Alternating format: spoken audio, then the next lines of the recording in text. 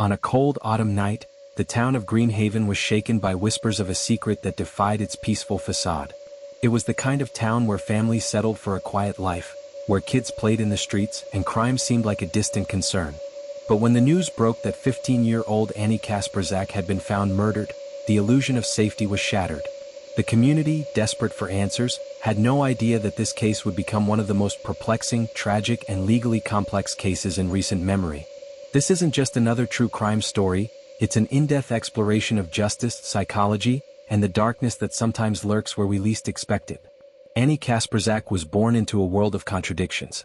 On the surface, she was a bright, ambitious teenager with a love for art and literature.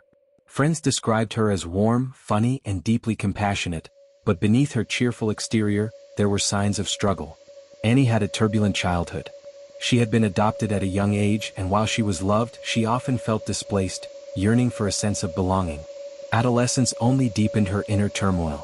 She was known for her vivid imagination, but she also had moments of erratic behavior. Teachers and counselors noted that she was dealing with personal challenges, but no one foresaw the tragedy that would unfold. Childhood trauma can manifest in numerous ways, including difficulty forming stable relationships and an increased risk of becoming involved in high-risk situations. Some experts argue that Annie's longing for connection made her more vulnerable to manipulation. On the evening of March 10, 2012, Annie left her home in Draper, Utah, seemingly on a typical outing. But when she didn't return, panic set in. Her adoptive mother, Veronica, called the police, reporting her missing. Friends and family scoured the area, retracing her steps, but there was no sign of Annie. Then, a chilling discovery was made. The Jordan River, a murky and slow-moving body of water on the outskirts of town, held the answer. A jogger noticed something unusual, a bloodied shoe by the riverbank. Investigators quickly descended upon the area, and soon their worst fears were confirmed. Annie's lifeless body was pulled from the water. The medical examiner ruled it a homicide, blunt force trauma to the head. The town reeled in horror. Who could have done this? And why? The initial investigation was riddled with complications. Law enforcement had little to go on besides Annie's last known whereabouts. However, a breakthrough came when police learned that Annie had been in a secret relationship. Her boyfriend, a 14-year-old named Dakota Arthur Clough, soon became the prime suspect. Friends revealed that their relationship was tumultuous. They had frequent arguments, and Annie had confided in friends that she was scared of him. When detectives questioned Clough, his alibi was shaky. He claimed he had nothing to do with Annie's disappearance, but inconsistencies in his story raised red flags. Investigators soon discovered text messages between the two that suggested Annie had planned to meet him the night she disappeared. Then came the most damning piece of evidence, a confession. Under pressure, Clough eventually admitted that he had struck Annie in the head with a shovel and dumped her body into the river. His reason? He claimed she had threatened to reveal something about him that would ruin his life. But the confession wasn't the end of the story. Instead, it was the beginning of a legal battle that would test the limits of justice. The prosecution built its case around Clough's confession, forensic evidence, and witness testimonies. However, the defense team painted a different picture. They argued that Clough had been manipulated into confessing, and that Annie's death was a tragic accident rather than premeditated murder. Key legal questions asterisk. 1. Was the confession coerced?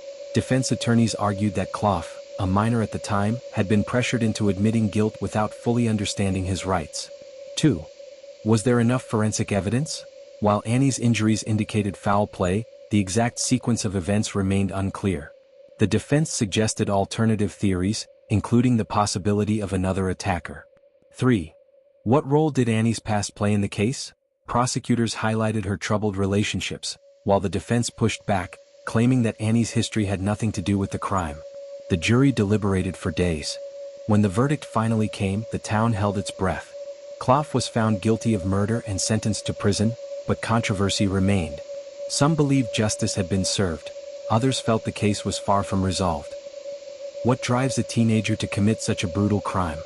Forensic psychologists who examined Clough suggested that his actions were fueled by a mix of impulsivity, fear, and emotional instability. Teenagers often struggle with emotional regulation, and in some cases, this can lead to extreme and violent behavior. Key psychological factors asterisk. Impulse control issues asterisk. Adolescents' brains are still developing, particularly in areas responsible for decision-making and empathy. Fear of exposure Clough reportedly feared that Annie would reveal damaging information about him, triggering a violent response. Relationship dynamics Teenage relationships can be intense and volatile, sometimes escalating into dangerous situations. The case of Annie Kasprazak remains a powerful reminder of the fragility of life and the devastating consequences of unchecked emotions. It also highlights the importance of recognizing signs of toxic relationships and mental distress before they escalate. Ensuring that juvenile suspects understand their rights and are not coerced into confessions. Educating teens and parents about the dangers of secretive relationships and abusive behavior. In the years following Annie's murder, advocacy groups have worked to raise awareness about dating violence and teen mental health. Her story, though tragic, has spurred important conversations about safety, justice, and the hidden struggles young people face. As we reflect on Annie's story, we are left with difficult but necessary questions. Could her murder have been prevented? Did the legal system handle the case fairly? And how many other teens are silently navigating dangerous situations, unaware of the peril that lies ahead? Annie Kasprazak's name is more than just a tragic headline. It is a reminder to remain vigilant, to listen, and to fight for justice, even when the truth is buried beneath layers of deceit. Thanks for watching. If you love spine-tingling horror, be sure to like, share, and subscribe. It helps us create more terrifying content just for you.